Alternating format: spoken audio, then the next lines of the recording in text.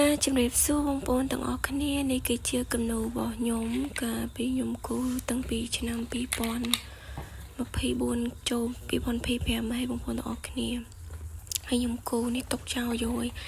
ឡូវនេះខ្ញុំចង់យកវាមកកាត់ដើម្បីបិទនៅលើប្រទេសក្តារជ័រស្ពតយកទៅបិទលើអញ្ចឹងបងប្អូនចាំងបន្ទប់ជួរតាមពិតទៅខ្ញុំមិនជាអ្នកគេថាមានជំនាញអីទៅខាងគនូអីទេក៏ប៉ុន្តែនេះដោយសារការឆ្លាញ់អីចឹងខ្ញុំចូលចិត្តខាងគូដែរ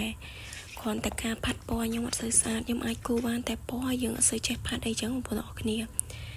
ហើយខ្ញុំក៏ជាអ្នកដែលរៀនស្ថាបត្យកម្មដែរ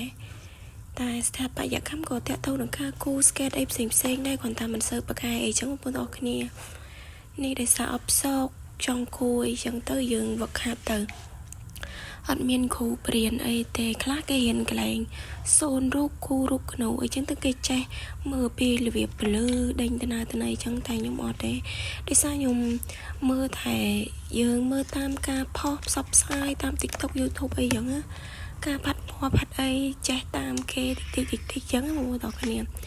ឡូវនេះខ្ញុំធ្វើការកាត់វាឲ្យត្រូវនឹងសុំរបស់ហុកហ្នឹងកដាស់ A4ចឹងខ្ញុំចង់កាត់វាឲ្យបិទវាចឹងខ្ញុំមានប្រដាប់នេះមួយស្រួលតែបងប្អូនទាំងអស់គ្នាហ្នឹងមើលហ្នឹងហៅ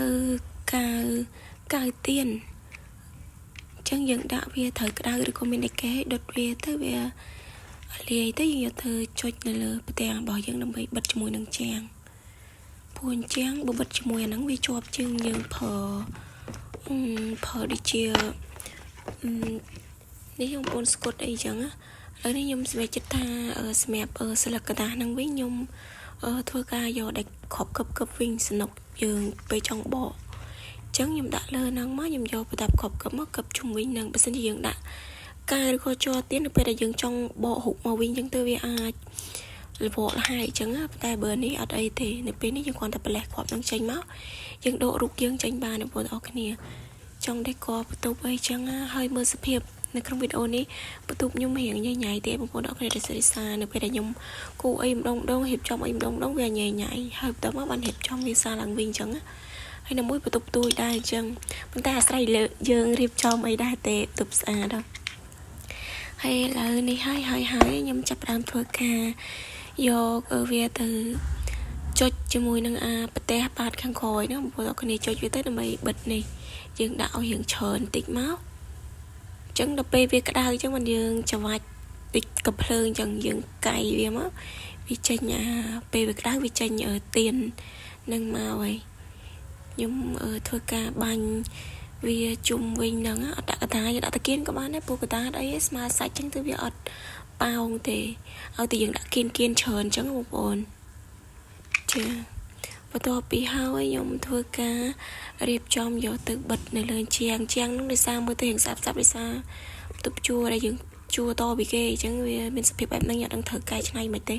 ញ្ចឹងគ្រាន់តែយកគនូមកបិទលើហ្នឹងអញ្ចឹងបងប្អូនហើយវីដេអូនេះខ្ញុំមានតែប៉ុណ្្នេះទេបងប្អូនអរគ្នាចង់បង្ហាញពីគនូដែលខ្ញុំគូ